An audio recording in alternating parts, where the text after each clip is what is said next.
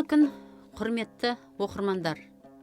Бүгін Кітапқала радиосында белгілі ақын, жазушы, өнер зерттеушісі, манасшы, Қазақстан Республикасының еңбегі сіңген қайраткері Баянғали Әлімжан ағамыз қонақта. Қош келдіңіз аға. Рахмет. Биыл енді біздің қазақ елі үшін өте бір берекелі жыл. Біздің тәуелсіздігімізге 30 жыл. Осы тәуелсіздік туралы сіздің жылы лебізіңізді естісек. Алдымен айтсақ, енді бұл елдің, жалпы қай ел болмасын елдің, оның ішінде қазақ елінің ең үлкен, ең қымбатты мейрамы осы тәуелсіздік. Өйткені тәуелді болып тұрғысы келетін бірде-бір ел жоқ әлемде. Бұл қазақ елді бір замандағы еркін көшіп жүрген халық, кейін орыс патшасының боданында болғаннан бері 300 жылдай уақыт осы тәуелсіздікті аңсап өтті. Осы жолда күресіп өтті. Қанша батыр бабаларымыз. Міне, Құдайға шүкір 91 жыл тәуелсіздік алдық. Осы мейрам бұл ұлық мейрам, ұлы мейрам. Біз осы тәуелсіздігімізді сақтауымыз керек. Барша халық болып, бұл баяғыда мен осы тәуелсіздік тойында бір айтқан өлеңімде де бар. Біз енді айтыста осы тәуелсіздік тақырыбын көп жырладық. Сонда ел болмас өткен күнін ойланбаған, тарихта не көрмедің қайран далам, жабылып орыс Қытай Моңғол қалмақ, даланың оймен қырын ойрандаған, азат құтылдың тәуелдік шеңгелінен, төбеңнен 4-5 ғасыр тарбаңдаған, азаттық тойын құтты болсын халқым, қан кешіп ата бабаң армандаған. Сонда қарап отырсаңыз, осы қазақтың қай ұрпақты болмасын осы тәуелсіздікті аңсап өткен, бұл біздің қымбат мейрамымыз. Сондықтан мен тағы да айтамын, бұл құтты болсын. Құтты болсын аға. Енді мына тәуелсіздік жылында биылғы жыл тағы да бір біздің мына кітапханашылар, биылғы біздің өсіп келе жатқан ұрпақтар үшін биылғы жылды Қазақстандағы балалар мен жасөспірімдердің кітап оқуын қолдайтын балалар жылы, балалар әдебиет жылы болып аталды. Осы туралы сіз не айтар едіңіз? Бұл өте дұрыс істеп білемін, және кішкене тіпті біз кешігіп қалдық өз біраз уақытқа. Бұл баяғыда қолға алыну керек еді. Ал баланың жаны, санасы аппақ қағаз секілді таза дүние таным. Біз соған өзі бірінші қазақтың сөзін, ананың тілін, атаның жырын жазуымыз керек. Бұл өте дұрыс шара деп есептеймін. Енді бұл жөнінде шара өтіп жатыр. Өзіңді кітапхана қызметкерісің, білесің. Бірақ та бір ең үлкен маңызды қиын мәселе сол, біз баланың қолына кітапты қалай ұстатамыз? Біз мысалы бала кезімізде кітап сүйіп өстік. Біз үшін кітап дүниеге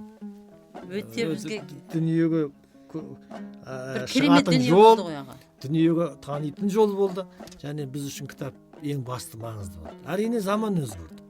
Мысалы өткен ғасырдың 50 жылдарында Ян Парандовский деген атақты ғалым, жазушы жазған «Славу писателя в Америке потеснили профессиональные боксеры и кинозвезды» дейді. Яғни жазушының атақ даңқына кәсіби боксшылар мен кино жұлдыздар басып кетті дейді. О кезде әлі телевидение онша жоқ, интернет жоқ. Енді одан бері есептеңіз қазір. Бұрын жазушыдан іздейтін білімді, кітаптан іздейтін бала. Қазір ол тез алады анадан. Интернет желісінен. Интернет тұр, міне телефон тұр қолында, басқа тұр. Демек, кітап қалай болғанда да бұрынғыдай жаңағы бүкіл халықтың оқитын, бүкіл халыққа әсер ететін өзінің үлкен функциясынан көп жағдайда кейін шегінді. Бірақ кітап еш қашанда жоғалмайды. Кітап еш қашанда жеңілмейді, жойылмайды. Себебі сіздің сол жаңағы интернеттегі жазуыңызда, ана кинодағы жұлдыздың, әртістің айтып тұрған сөзі да, ойнап тұрған сценарийда, теледидардағы беріліп жатқан хабарында бәрі де сөз арқылы келіп тұр. Сөзбен жазылған әуелгі нұсқасы. Сөзден барып бейнеге ауысады. Демек ол сөз өнері, жазу өнері, әдебиет ол ойбай енді құрыды, бітті, жоғалады деген сөз мүмкін болмайды олай. Ол бәрібір негізгі түп негізі осы әдебиет. Демек балаларға біз қалай болғанда да осы әдебиетті, кітапты оқытуымыз керек. қолына кітап ұстамаған баланың жақсы адам болуы қиын.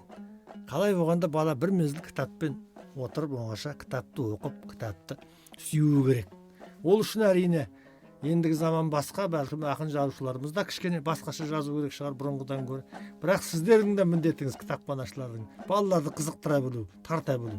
Ал енді сондықтан да бұл осындай шараның қолға алынуын мен өте қуана құптаймын, және ол бір жылмен шектелуге тиіс емес. Бұл адам баласы болған уақытта бала болады. Ол балаға әр заманда солай біз ықылас білдіріп, оларға қамқор болып отыруымыз керек. Бұл жерде көптеген шаралар бар жасайтын. Балалар кітабын жетімді қылу, қол өткізу, жеткізу деген нәрсе көп мәселелер, оның барлығы талай жиындарда айтылып жатыр. Ең бастысы бұған жалпы ұлт болып, халық болып, кітапханашылар, ақын жазушылар, мұғалімдер, ата-аналар, мемлекет болып түгел осымен мән беретін кез келді. Енді сіздің мына қазір айтып отырған ойыңызға қарай ойды ой түйіндейді деді ғой аға. Қазір міне осы бәрін айтып отырсыз. Қазіргі балалар тек қана интернеттен ғана бәрін алып жатыр. Бұрынғы кезде біздер кітаппенен ғана оқыдық қой. Кітап бізге интернеттен артық болды ол кезде. Енді қазіргі кезде сіздің сол кездегі сол балалық кезде бір есте қалған бір қызықты жайларыңыз бар ма осы кітап туралы? Айта берсем әңгіме көп. Біз ең алғаш мысалы мен бірінші қат танығанда қазақ эпосы деген дәу қалың кітап болды. Соны оқыдым, әріптерін таныған ежелеп.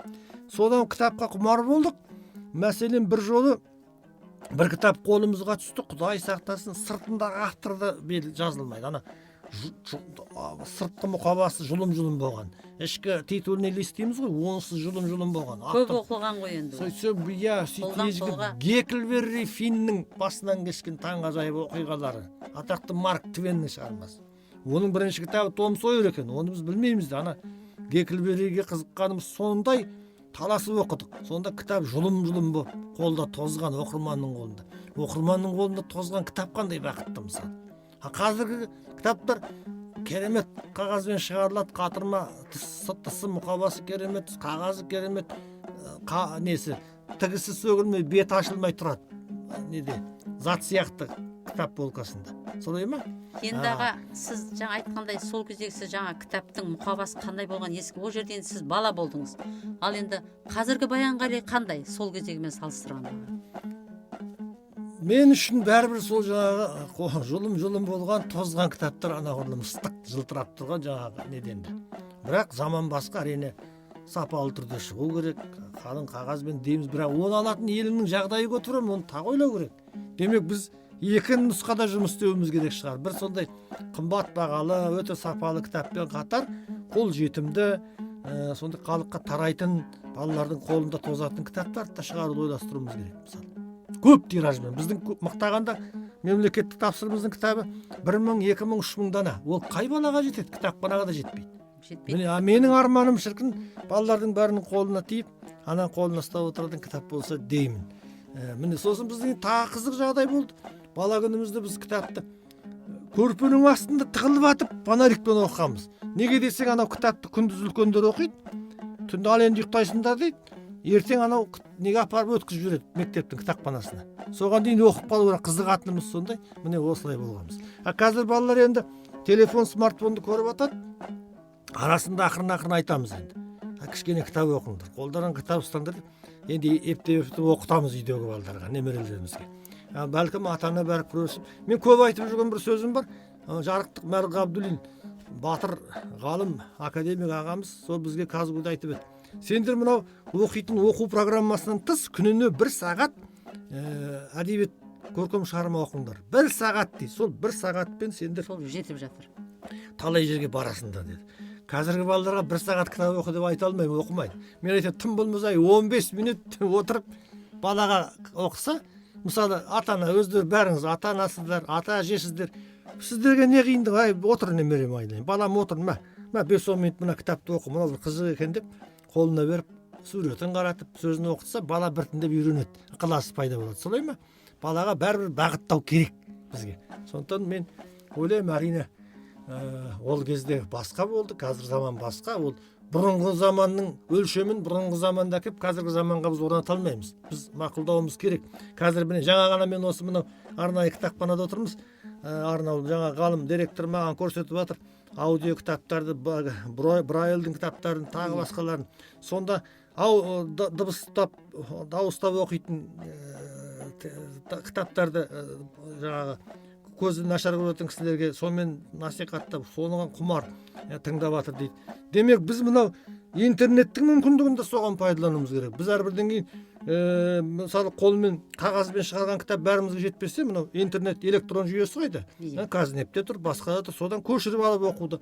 Және мынау баланың қолына ұстап отқан смартфонның ішінде қандай шығарма оқып отыр ол? Оны да қарағанымыз дұрыс болатын шығар деймін. Ал енді аға, міне сіз өзіңіз дәрежесі бар белгілі жазушы болған кейін қазір жас қаламгерлерге сіздің көңіліңіз толады ма? Кімдерді айтар едіңіз?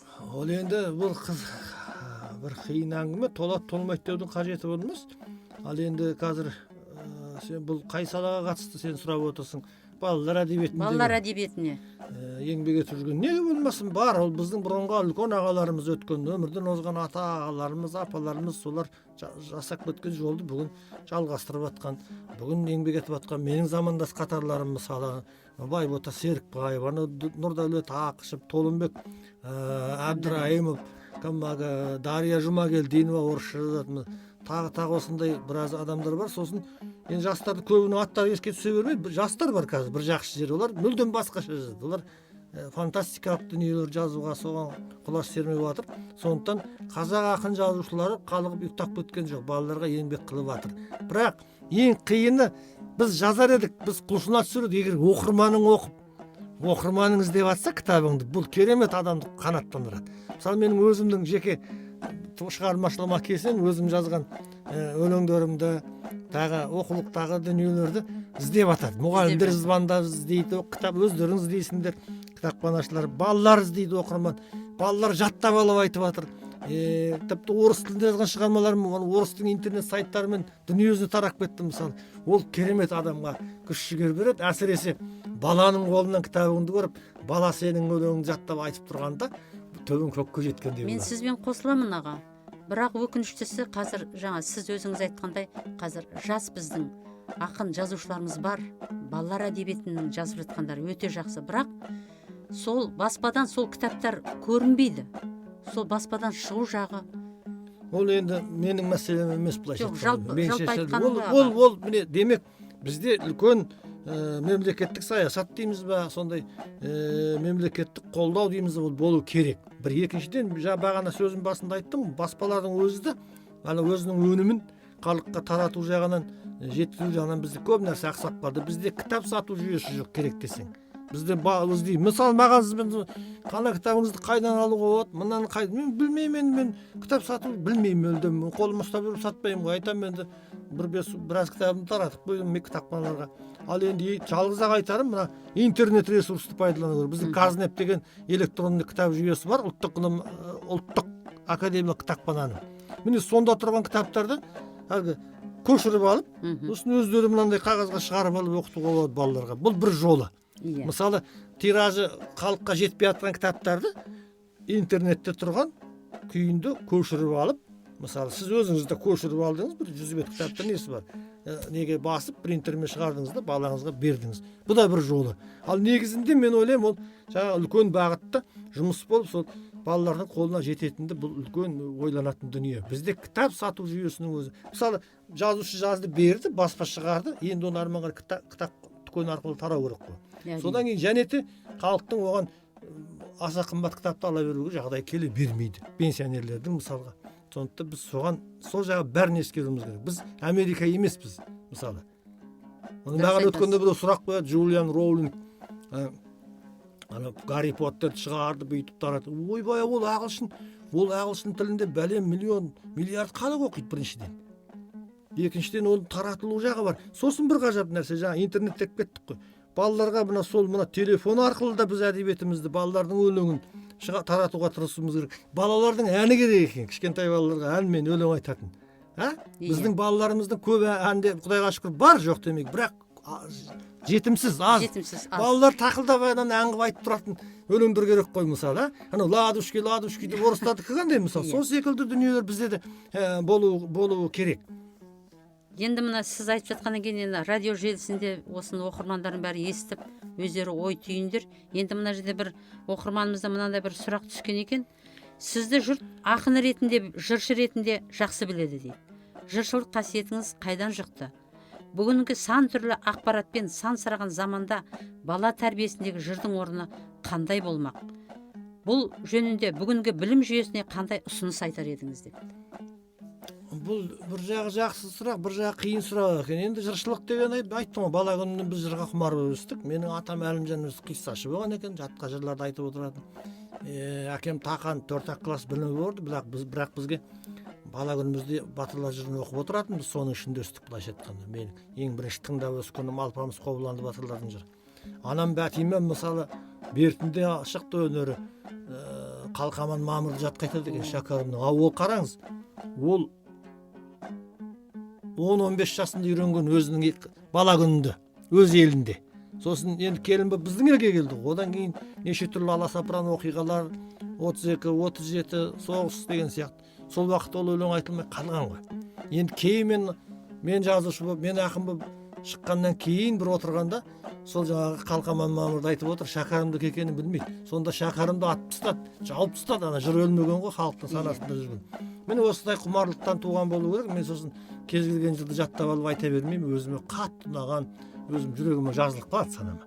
Өзімнің айтатын жырларым бар, репертуарым бар. Бірдеңіз. Екінші, жыршы деген адам бұл баяғыда аталарымыз осы жеткен қазынаның барлығы жыршылардың арқасында жеткен. Бұлар ходячий библиотека былайша айтқанда. Онда жазу қағаз қалам болған жоқ. Тыңдай қал. Бұлар дайын кітапхана көшіп жүрген. Ана бұрынғының сөзін құйып алады да жеткізуші.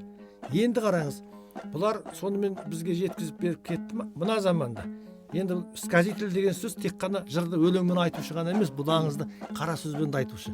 Бүгінгі балалардың арасында мен байқағаным, жастардың арасында өлеңмен жырмен айтқан нәрседен гөрі онда тыңдайды етті. Бірақ ана қара сөзбен қадап түйіп айтқан нәрселерді анағұрлым жақсы тыңдайды. Оқиғасына жақын тартады. Және Құдайға шүкір, мен өзім кездескен балалар, жастар тыңдайды. Маған тіпті бір орысша сөзген бір бауырым айтқан баяғыда. Сен, когда сіз аңыз айтқан кезде, аға, вообще невозможно оторваться. Сізді неге осылай балалармен кездестіріп, неге сіздің әңгімелеріңізді тыңдатпайды жұртқа деп. Енді мен жалғыз адаммын, мен қай жерге барып басым тыға беремін, әй мені шақырыңдар, мен сөйлеп берейін дегеннің өзі ұят қой біраздан кейін. Бұл жөнінде де мысалы жыршылық өнерді, сондай ескі аңыздарды халыққа тарату жағынан біз тағақсап жатырмыз, шынына керек. Егер біз осыны жолға қойсақ, ана балалардың санасына сіңіп кететіндей бір шағын хабарлар жасалса, мысалы радиодан ба, теледидардан, әсіресе теледидардың мүмкіндігі үлкен ғой. 5-10 минуттық қана хабар, мысалы бір кеште бір аңызды айтып бердіңіз, мысалы балаларға лайықты. Осы көп әсерлі болар еді. Бұл жағынан да біз ақсап жатырмыз, шыны керек. Ал енді сіз айтып отырсыз, бүгінгі ақпарат заманы, компьютер заманы, технология заманы. Енді бәлкім біз сол енді ескінің бір қалған сарқыты шығармыз, бір сынығы шығармыз бұрынғылардың. Осындай біз бәрі, мен өзім жеке басым, ескі жыр аңыздарсыз өзімнің рухани әлемді көзім елестете алмаймын. Ол маған байлық. Ол керемет аға. Енді аға, биыл өзіңіз білесіз, жаңа сіздің өмірбаяныңыздың бәрін қарап отырып, сіздің әкеңіз соғыстың басынан соңына шейін болған азаматтың бірі. Енді соғысы ұлы жеңіс туралы сіз өзіңіз не дер едіңіз? Хабар ошарсыз кеткен адамдар бар. Ол айта берсе әңгіме, біздің өзіміздің әулетімізден де хабарсыз кеткен аталарымыз бар. Соғыста алғашқы кездерінде қаза болған ағаларымыз бар. Менің әкем Тақан сол соғыстың алғашқы бастаған уақытынан барып, содан аяғына дейін соғысып, міне ертең Берлинге шабамыз деп тұрғанда 40 шақырым жерде тұр екен. Міне ертең Берлинге аттанамыз деп тұрғанда соғыс біткен, капитуляция. Германия қол қойған жеңілдік деп. Сонда жаңа қуанып, мылтығымызды оқ қалдырмаймыз деп салют беріп көкке аттық дейді автоматымызды. Сонда көптеген жас жігіттер, әсіресе Өзбекстаннан келгендер, анау немістердің тұрған вагондары қайда, сонда заттарды аламыз деп қызығып барып, минаға түсіп өліп кетті дейді. Жеңістің қуанышымен лепіріп барған, аналардың заттары күшті ғой, қызығып барған. Олар көбінесе ана фашистер қашқанда үйлердің бәріне не қойып кеткен ғой, андай граната қыстырып. Мина қойып кеткен. Мина қойып кеткен, сонымен кетіп қалды. Содан әкеміз сол жаңағы соғыстың түбінен бері қайтқан, 3 рет жараланған, 2 рет ауыр, 1 рет жеңіл. Осындай. Мен жаңа әкем туралы қалжыңдап айтқан өлеңімде де бар. Менің әкем Тақанның ерлігі көп айтатын. жау тылынан тіл іздеп түнде талмай жортатын, 9-тан талқандап таң атқанда қайтатын.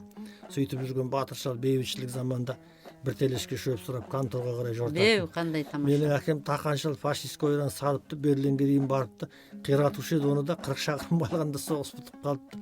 Гитлер менен Геббельс тақан келсе болмайды деп, жағдай енді оңбайды деп атылып өліп қалыпты. Менің әкем секілді қара шалдар жасасын, халық қылған халықты деп. Шынында осы қара шалдар, шынында біздің ақшашты әжелеріміз, апаларымыз бізді халық қып, осы заманға аман сақтап қалған. Кешегі соғысынан да, 37-нің үндемесінен де, бәрінен де. Ана отар елді болып отырып, бір басқа елдің боданы болып отырса да, дін мен тілін бермей кеткен. Мен момын батырлардың мықтылығы деген үлкен естелік әңгімемде де жаздым. Және мына өздеріңіз білесіздер, «Сказ столетнего степняка» деген романымда, мысалы, мен соғыстың әңгімелерінің көпшілігі сол әкемнің айтқан әңгімелері түсті. Сосын барып, және соның ішінде ойланып келгенде, 100-ге келген қария Асанбай ойланатсын, біз қалай өмір сүрдік, қалай келдік, арыстарымыз атылып кетті, азаптың бәрін көрдік, бірақ сонда халық өзін өзі сақтау үшін елді сол совет үкіметінің тағы партияның қол астында отырды. Соның ұранында айтты керек десең, бірақ дін мен тілін бермей кетті ғой. Дін мен тілін сақтап, ұрпаққа тапсырып кетті. Міне бұлардың мықтылығы, батырлығы сонда. Кешегі қаншама замандардан аман есен өтіп, ұрпақ өсіріп, әрі ұрпаққа жалғап кетті. Сондықтан мен бұл үлкен аталарымыздың, апаларымыздың еңбегін әрқашан құрметпен қараймын. Үлкен рахмет аға. Мінекей енді көңіл толарлықтай жақсы әңгімелер айттыңыз аға. Енді сізге біз шығармашылық шабыт тілейміз, денсаулық тілейміз аға. Қазір мына бүкіл қазағымыздың Рамазан айы, ниет тілектерінің бәрі, дұғалардың бәрі қабыл болсын дейміз. Жаңағы міне ұлы жеңісте де жаңа сіз өзіңіз жақсы өлеңіңізді оқыдыңыз. Сондықтан аға, мына біздің енді мына Кітап Қала радиосының қонақтарының бірісіз. Енді сіздің өзіңіз біздің Кітап Қала радиосына деген өзіңіздің жылы лебізіңізді, жалпы біздің қазақ еліне деген өзіңіздің жақсы бір тілегіңізді естісек. Енді барша ізгі ниетті адамның тілегі сол. Рамазан айы, ораза уақытында отырмыз. Ең бастысы, еліміз аман, жеріміз тыныш болсын. Құдай мынау келген кеселден сақтасын. Заман өзгеріп кетті қазір. Енді бұл да соғыстың бір түрі ғой міне. Біз дайын емес екенбіз бұған. Енді осыны ойланатын кез келді. Мен халқыма айтар тілегім, мен де ауылдың, қазақтың қарапайым баласымын. Айтатыным сол, сақ болу керек, күресу керек. Бұл енді сенің жағаң жайлауда, жаңа өлеңіңді айтып, тойлап, жиын, той, анда-мында ойсыз баратын уақыт емес. Енді оны көтермейді заман. Дүние басқа этапқа өтті қазір. Мынау бәленің беті жаман. Сондықтан осыдан Құдай сақтасын сіздерді. Мен халқымның амандық, жақсылығын, әлемнің бейбітшілігін тілеймін. Жал кітапханашыларға дегенде енді сіздер жанкешті адамсыздар. Кітапхананы жабамыз, құртамыз деп бір кезде қанша әңгіме болды. Сонда да жабылмадыңдар мінекей. Сөйтіп әйтеу кітапты балаларға ұстап қолдарына оқытып келе жатсыздар. Сіздерге мен жеміс тілеймін, береке тілеймін. Енді мен кітапханашыларға арналған осы күнге дейін ешкім өлең жазбапты дейді. Кітапханашыларға өлеңім бар, оны әлгі Кентау Назарбек ән шығарып, осы таралып кетті, айтылып жүр ғой. Енді оны жеткізе бересіздер. Міне осы мына бүгін арнайы кітапхана, мына Нұр-Сұлтан қаласының Арнаулы кітапхана деген кітапхананы да көріп, қаншама өзім де біраз ақпарат алып жаным байып қалды. Сондықтан сіздерге рахмат, өмірлеріңізге жеміс, өріс тілеймін. Рахмет аға. Бүгін бізде қонақта болған ақын, драматург, жазушы, айтыс ақыны, әдебиет пен өнер зерттеушісі, Қазақстанның еңбек сіңірген қайраткері, 8 қырлы бір сырлы ағамыз Баянғали Әлімжанов. Бүгінгі Кітап Қала радиосының қызметкерлері: дыбыс режиссері Ералы Тасқұлұлы, бейне оператор Асқар Серіков. Сұхбатты дайындаған және жүргізген Сағыныш Дүйсенқызы. Келесі кездескенше қош, сау болыңыздар.